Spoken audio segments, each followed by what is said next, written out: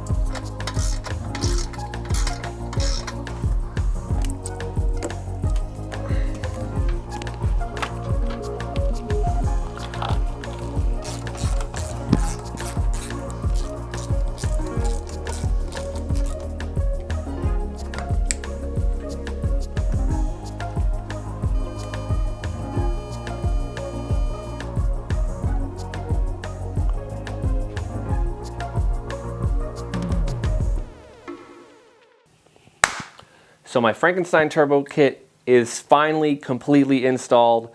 Everything is taken care of. We got the coolant lines, we got the oil feed, we got the oil return, we got all the gaskets, we got the turbo blanket, we got the custom internal wastegate bracket. The only thing I still need to do is make one more boost vacuum line that comes from the turbo that goes to the boost controller. but the boost controller I need to possibly reroute a little bit lower so I can fit a big custom airbox in here. But we're getting really, really close to turning this thing on for the first time ever. I built this 2.2 liter stroker. I built the heads. I pocket ported and polished the heads. I did everything on this. So it's going to be a huge day when and if this thing turns on. And as always, stay boosted. Peace out.